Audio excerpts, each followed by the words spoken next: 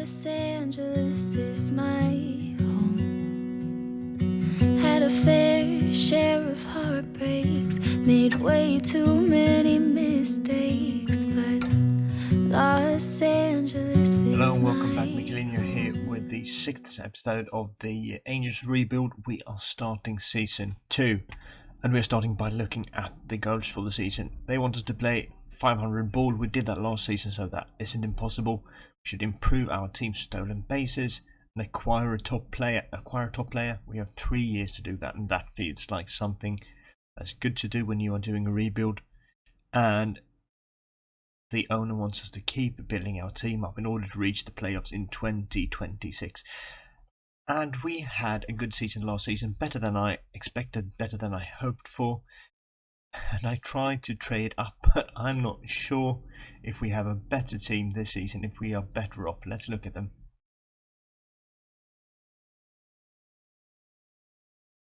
So the lineup going into this season is Brandon Marsh, Anthony Rendon, and I kind of want to get rid of him to see if we can bring in some good picks for the next draft or a couple of prospects.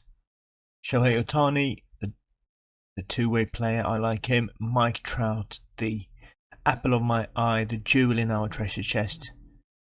Ji-Man Choi, we signed last season. David Fletcher, Taylor Ward, Mike Zunino, and Oswald Peraza. It isn't amazing. We have a couple of strong players in the middle of the lineup, but except for that, it isn't looking amazing, is it? And when it comes to pitching, we acquired Blake Snell last season, stuff 93, movement 34. Is he going to be our best pitcher? Griffin Canning is coming along. He's 25 years old. He can still be considered quite the prospect, but hopefully he will come up strong for us this season. Dylan Bundy, age 29, still okay. Shohei Ohtani, also okay. And Jaime Barria. So this is an okay starting rotation. Doesn't make me fall off my chair, but it isn't awful either. I think with this setup we could reach 500 ball, but I'm not sure if we can keep building on this. We need more prospects to make this into a better team. So if we look at player development, we actually have 5 players now in the top 100 ranking. Robert Hassell III, the right fielder, is the 22nd biggest prospect. He has a bit of potential left in him, so hopefully he can improve. He's at AAA at the moment. Jeremiah Jackson, second baseman, okayish power, good defensive skills, good potential, has a lot to live up to if he's going to reach that level. Another second baseman, we seem to have loads of second basemen, that's Osvaldo Peraza. He has a long way to go as well. Ezequiel Duran, a rough diamond maybe, needs to work on everything. Currently half a star in overall ability, so he's very far away from major league action. And the final one is Hudson Head, we acquired last season in a trade. I actually have decent hopes for him. Could improve his contact, could improve his gap power, could improve his discipline and become a decent batter. Okayish defensive ratings, outfield range 72. If he could improve the outfield error and outfield arm, then I think he would be good enough to actually play Major League Baseball. So the next move I think is maybe trying to get rid of Rendon. We'll see if anyone is interested in him. So when offering Rendon out for a prospect, doesn't return an amazing list. I mean, Brett de Cruz, he looks like a good prospect, but we're not that interested in relief pitchers. Francisco Alvarez, though, a 5-star potential guy. What's the deal with him? Catcher ability, that's too low. Hopefully that can improve, though. He's at Syracuse Mets. He's with the New York Mets and could develop into a good player. Maybe not Rendon quality. So that's basically it. What happens if we... I'm just going to see what happens if we would offer to retain his entire contract for the remainder of it. What happens then? But this would basically mean that we would give him away to someone else, pay his entire wage for the next 3 years, which is financial suicide, but would maybe make other teams more inclined to sweeten the deal. So if we scroll down the list now, I haven't really found any amazing players so far. I would want a really good starting pitcher prospect or a good batter. Bryce Turang. Amazing discipline, lacks home run power, good contact, could become decent, I guess. Chris Klein says that if he fulfills his potential, he could make multiple trips to the All-Star game. Okay, so this is a really good player.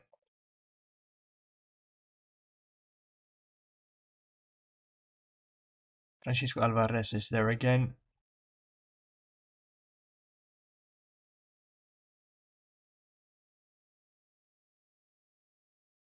And that's basically it when it comes to prospects here. We already kind of stacked at second base. If we looked at Francisco Alvarez, he has the talent to develop into franchise cornerstone as a catcher. Okay, I do like the prospect of that.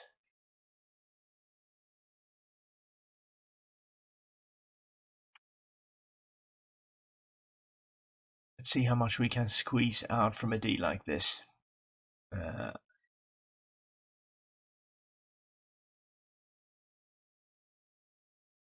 we grab more talent from them?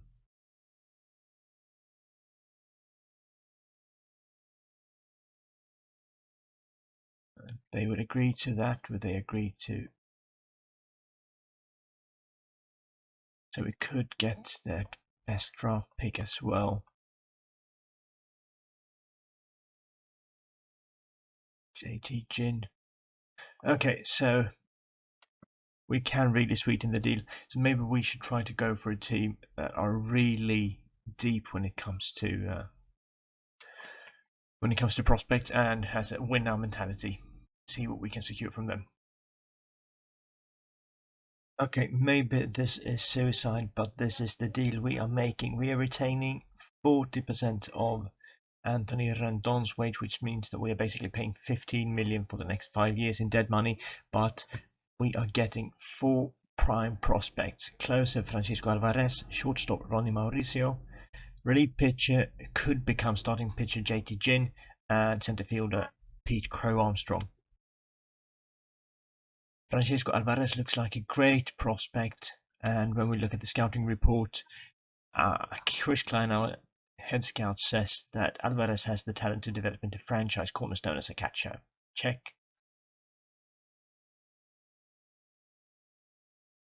Ronnie Mauricio, nice gap power potential, nice contact potential, nice home run power potential, good defensive ratings.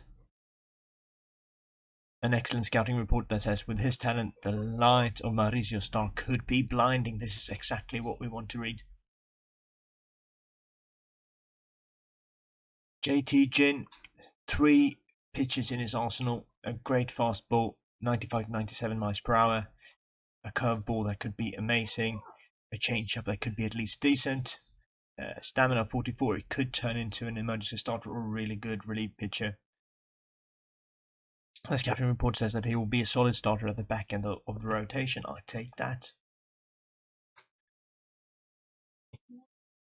And then Pete Crow Armstrong, very, very good defensive player. He isn't amazing when it comes to batting, but his profile is of an above average player, and I like that as well. So the combination of my wish to rebuild and New York Mets' wish to win now sees us send Anthony Rendon to Mets and send 4 prospects our way.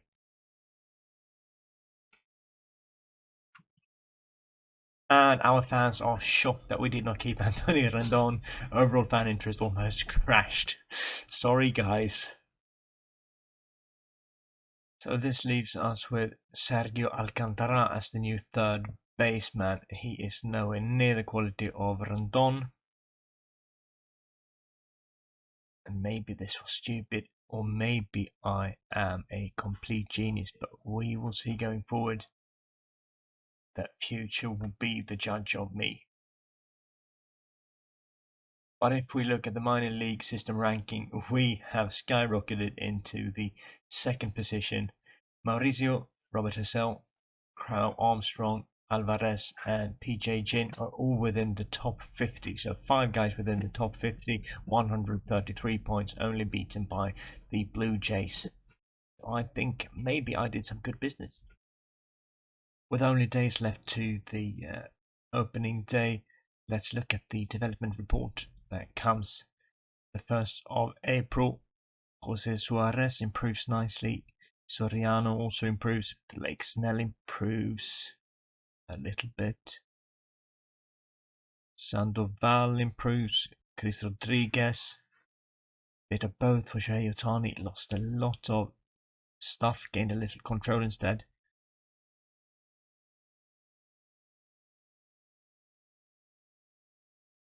Any of the younger guys improving nicely? Not so far. Cody Bolton, 23 years old. Control rating from 53 to 60. Overall and potential rating increasing.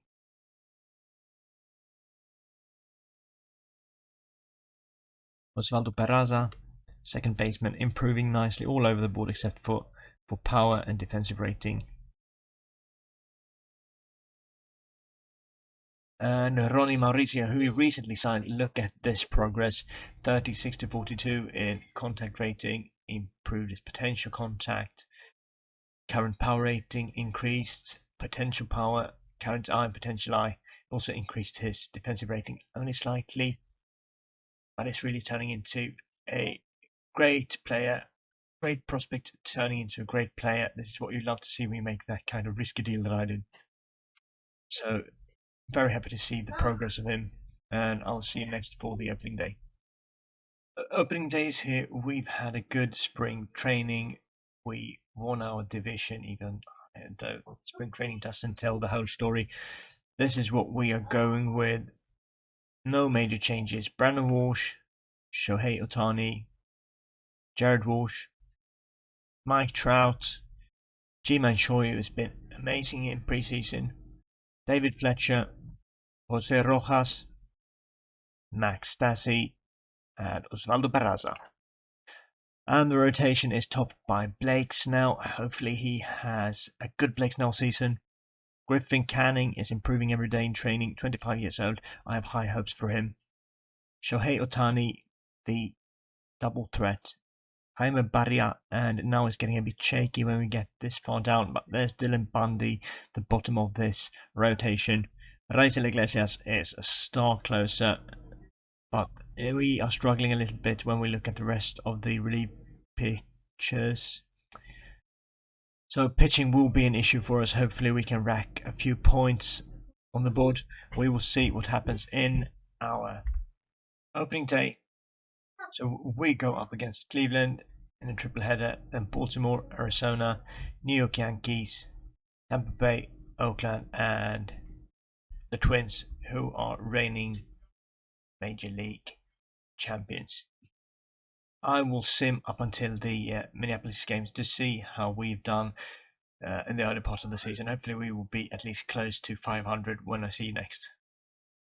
Okay, so we are back after 19 games, and I must tell you that things have been going very well compared to what I thought would happen. We are 13-6. We are topping our division so far.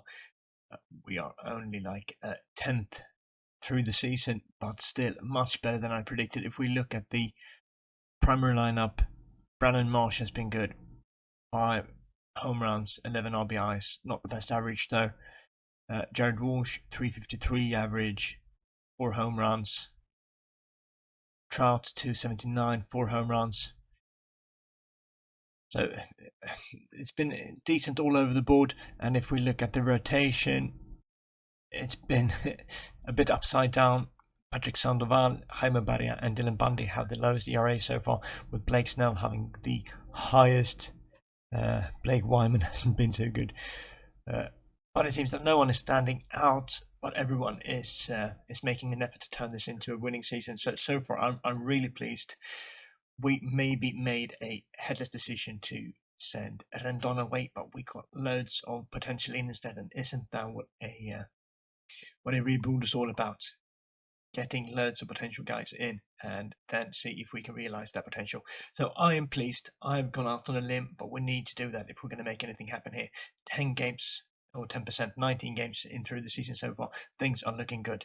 I will end the episode here. See you soon again once we get a little bit further through the season. I hope you enjoyed this. I'm loving this adventure so far. Thank you for watching. See you soon. Bye. Los Angeles is my home. Had a fair share of heartbreaks, made way too many mistakes, but Los Angeles is my